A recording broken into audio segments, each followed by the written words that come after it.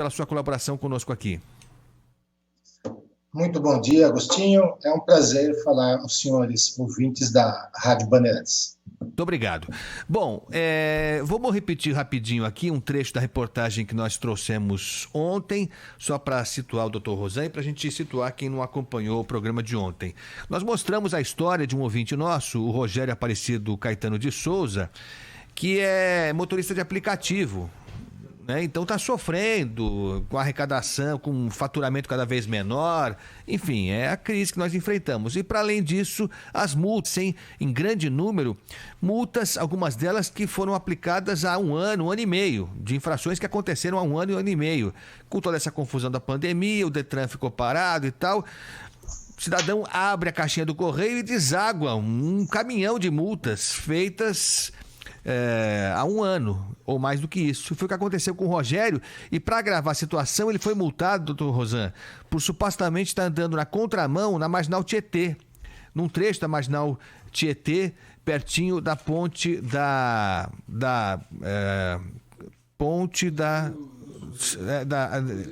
quando o Senil aqui mesmo, ainda bem que tem o Guilherme que me ajuda aqui. Da Cruzeiro do Sul, é o trechinho que a Marginal chama Avenida Morvan Dias de Figueiredo, a pista local ali. Vamos ouvir de novo o que disse o nosso ouvinte Rogério, sobre a indignação dele ao descobrir que ele foi flagrado, supostamente, como se fosse possível, né? Andar na contramão na Marginal Tietê às 7 da manhã. Vamos lá. Pra você ver, eu recebi essa multa aí eu puxei pra me ver onde que era, né? E ela é em frente ao Canindé ali, ó. Eles falam outro nome, mas não é Marginal Tietê, e é na contramão.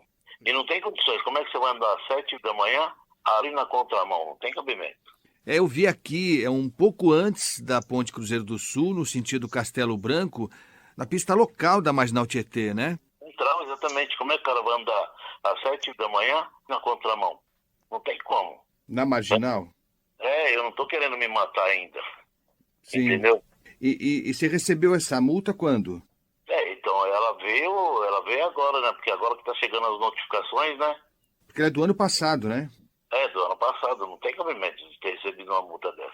Eles dão multa aleatoriamente na gente. Por isso que eu peço encarecidamente para vocês dar uma olhada, que deve ter outras pessoas aí, e pegar um diretor da CT e dar uma explicação, porque isso aí não tem condição de... Eu posso ter passado ali com certeza, porque a gente é motorista de aplicativo, né? Mas nunca contramão, não tô louco ainda. E a multa não foi por radar, né? Não tem imagem, né? Não tem imagem. Essa não tem imagem. Nem teria como, né? Não tem como. Pô, não acredito. Olha como é que pode um agente de trânsito, porque ali é um agente de trânsito, né? Como é que ele pode dar uma multa dessa? Não, isso que eu queria que um diretor da CT viesse a público e dar explicação. O diretor da CT, esse porcaria desse prefeito aí, e dá uma olhada. Isso é comigo, né, que aconteceu aqui, entendeu? E esse aí é um absurdo, eu achei um absurdo. Por isso que eu insisti com vocês, para vocês verem se não só me ajuda como o outro, porque isso é um crime, isso aí. Crime mesmo, uma vergonha mesmo, eles estão se superando. Depois a gente falou, inclusive, com uma funcionária da CET, que até achou engraçado no começo e tal, falando que é absurdo, né? Ela até falava o seguinte, olha, que tem cota para fazer, mas até para aplicar, para cumprir a cota de multa, tem que ter um pouco de bom senso, né? Ela fala, olha só a que ponto chegamos. Bom, para presidente da Comissão de Trânsito da OAB São Paulo, o que dá para falar sobre isso? Primeiro, essa coisa maluca de multar alguém na Marginal Tietê, 7 da manhã, na contramão, como se fosse possível, hein, doutor Rosan?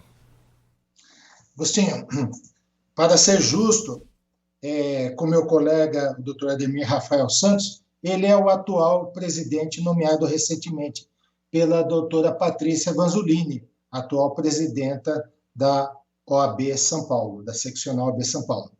Mas estou à frente dos trabalhos aqui no Ipiranga, de onde é ação. Vamos lá. Com relação a esta infração, ele poderia fazer algumas diligências, né? Verificar em que circunstância foi preenchido esse auto de infração. Para isso, está disponível uma cópia no site do DSV. Tá? Então, entrando no site do DSV, ou então baixando, se cadastrando no site DSV Digital, ele vai ter acesso aquela papeleta preenchida pelo agente, inclusive tem a identificação do agente. Quando ele fizer o recurso, ele deve alegar invalidade física do cometimento da infração. Como ele bem disse, não é possível alguém andar à contramão naquele horário. É uma multa praticamente impossível, né? Fora isso, Agostinho, tem o problema da falta do encaminhamento da notificação no prazo de 30 dias. Sabemos que o CONTRAN, que é o Conselho Nacional de Trânsito, ele editou norma referente à interrupção dos prazos de notificação, recurso, por conta da pandemia. Mas isso também pode ser discutível na justiça, porque, de fato, a multa depois de um ano, isso dificulta, impossibilita a defesa. Como a pessoa, o interessado, vai se lembrar onde esteve há um ano atrás? E outra coisa, a notificação dentro dos 30 dias evita que o condutor ele reincida nas mesmas infrações, porque ele está advertido, é chamado a atenção. Então, tem duas finalidades: possibilitar a defesa e, preventivamente, que ele não cometa mais, ele consiga se reeducar e não cometa mais a infração daquele tipo. De fato, infelizmente, essa foi para prejudicar a situação do motorista. Nós tivemos, inclusive, num primeiro momento, o tal do rodízio extraordinário. Depois, a prefeitura deu um pulo para trás e parou. Mas, adiante, ela voltou com uma outra rodízio de madrugada ou à noite. Tudo isso sem qualquer estudo, de uma forma bastante... causa certa perplexidade, para não dizer que é fim artigo. Doutor Rosan, vamos por partes então. Primeiro a questão da multa do carro supostamente na contramão na Marginal Tietê, que, como o senhor mesmo disse, qualquer pessoa de bom senso vai concluir isso, que é impossível, né? Não tem como. Nem sei como é que entra na Marginal na contramão, nem sei se é possível fazer isso na prática. E não daria certo, ia acontecer um acidente terrível. Mas a simples argumentação de que é impossível, uma situação impossível, ela convence o juiz ali, da Jari, quem vai pegar esse recurso, porque ele já viu tanta coisa, né? Eu lembro de um caso de um ouvinte nosso que foi multado aqui, multado por estar dirigindo sem capacete. Só que ele estava dirigindo um carro, não era uma moto, né? Não era uma moto, era um carro. E foi multado por estar sem capacete, recorreu e perdeu o recurso. Porque dá a impressão, às vezes, que o cidadão lá da Jari, alguns deles, nem leem, já indeferem, já negam o pedido e já era. O senhor acha que, nesse caso, o simples fato de ser uma multa, de ser uma infração praticamente impossível, já garante que vai ser anulada a multa, doutor Rosan? Bem, há uma grande possibilidade, mas se ele não ficar satisfeito com o resultado da Jari, o recurso ao CETRAN. É que o CETRAN é um órgão, uma instância superior. Ela é composta por membros de outros órgãos, como o DR, da Polícia Rodoviária Federal, de outros municípios. Então, existe talvez uma maior isenção, tá? E, certamente, esses membros do CETRAN, inclusive, têm o julgamento transmitido ao vivo no YouTube, toda terça-feira, às 9 horas, sob a presidência do Dr. Frederico Perotti, que tomou essa brilhante iniciativa. Então, cada caso, Agostinho, deve ser analisado per si. Mas, de fato, existe um certo descontentamento por conta desses julgamentos que puxam muito a sardinha para o lado do órgão autuador, que toda vez que ele indefere, ele não só deixa de aferir receita, mas também ele teve uma despesa para emitir a notificação. Então, chega a esse ponto o interesse no próprio julgamento do recurso. É isso. Doutor Rosan, agora para a pessoa que recorre, seja a Jari ou depois a outras instâncias, caso ela não fique satisfeita, como o senhor mesmo disse, caso de recurso, a pessoa tem que pagar a multa? Ela tem que pagar a multa para recorrer ou ela só paga na instância final? Não é obrigado a pagar, mas eu sempre oriento a pessoa a efetivar o pagamento até o vencimento porque ele tem um desconto de 20%. Nenhum investimento dá esse retorno.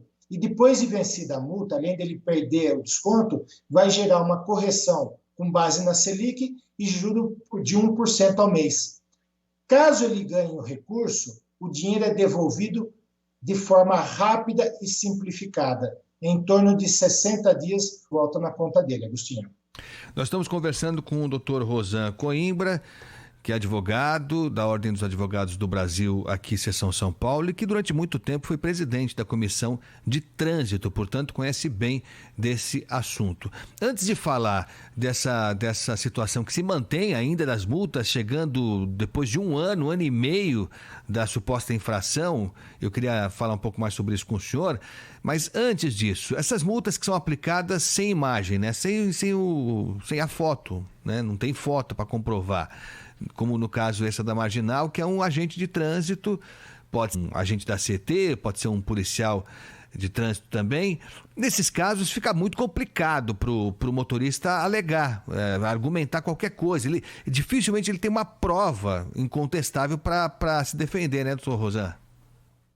Sim, importante esclarecer que a favor do funcionário existe a presunção dele estar dizendo a verdade. É um princípio do direito administrativo. E também, Agostinho, como você está dizendo, tem infrações que não precisa da abordagem do infrator. Basta anotar. Mas se cada infração e pegar o Manual Brasileiro de Fiscalização, existe sim infrações que é necessário parar, abordar o infrator para identificá-lo. Se não for feito isso, essa infração é nula, não pode subsistir. Agora, uma das formas de se atacar uma infração é verificando a formalidade.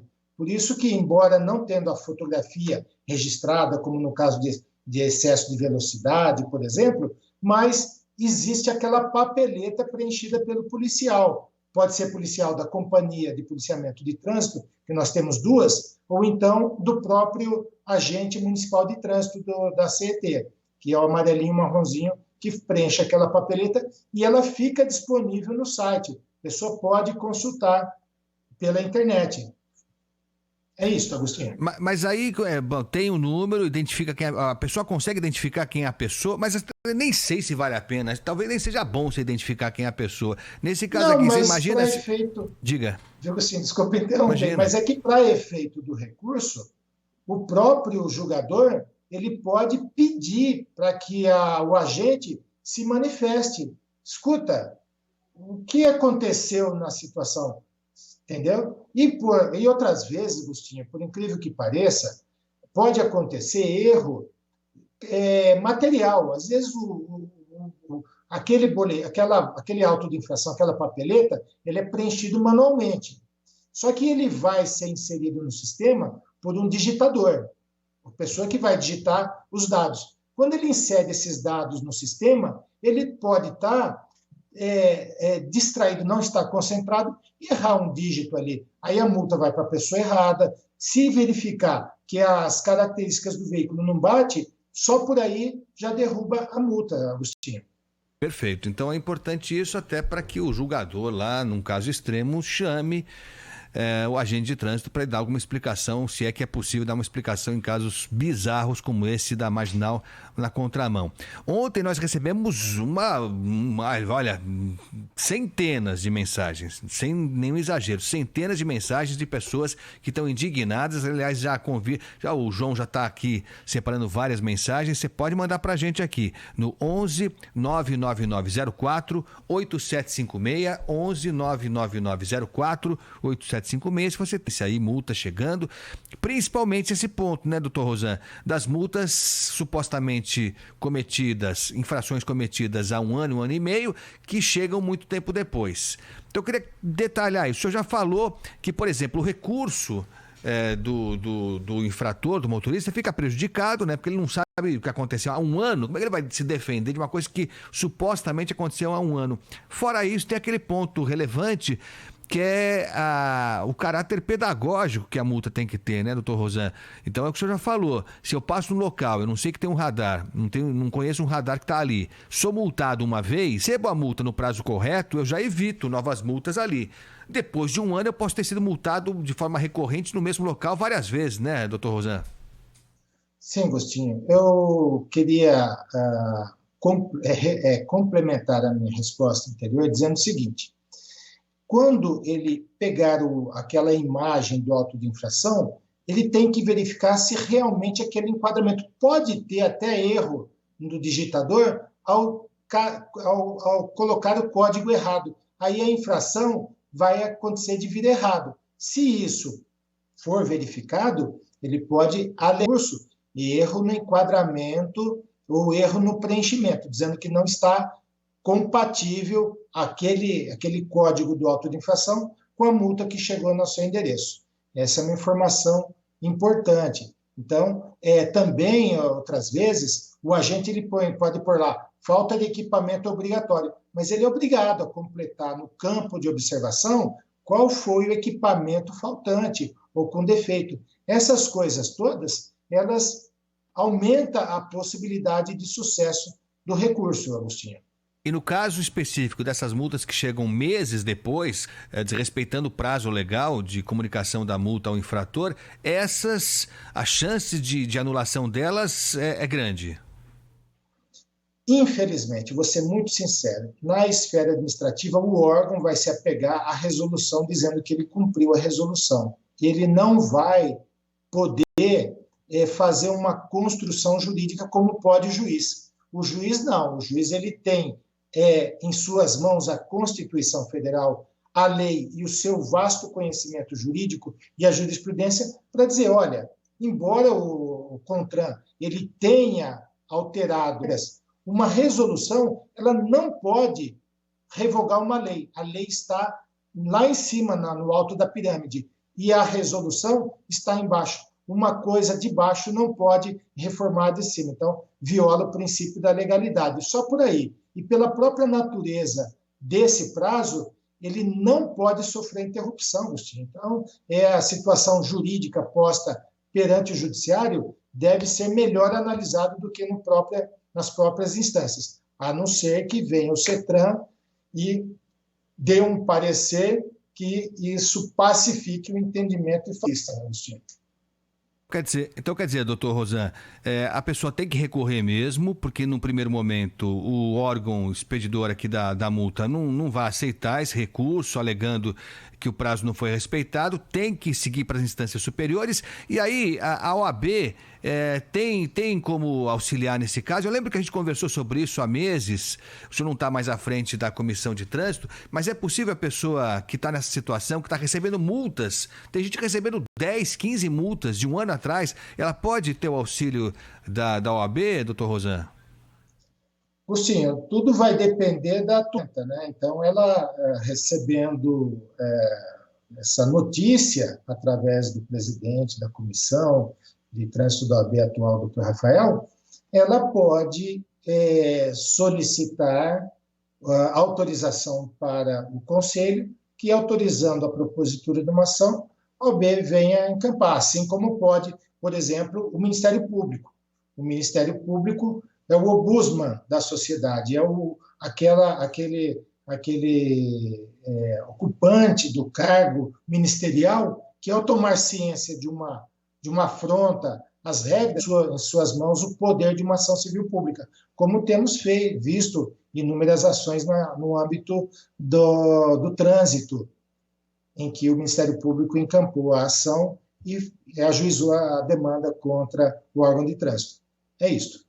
Quer dizer, doutor Rosan, para ser bem sincero, não vai ser uma tarefa fácil, né? As pessoas estão recebendo essas multas, mesmo desrespeitando esse prazo legal, e a alegação é essa, de que a pandemia, enfim, atrasou tudo, os órgãos ficaram fechados e tal, mas a pessoa que se sente lesada vai recorrer, vai, no limite, constituir um advogado. Não dá para a gente alimentar muita esperança, né, doutor Rosan?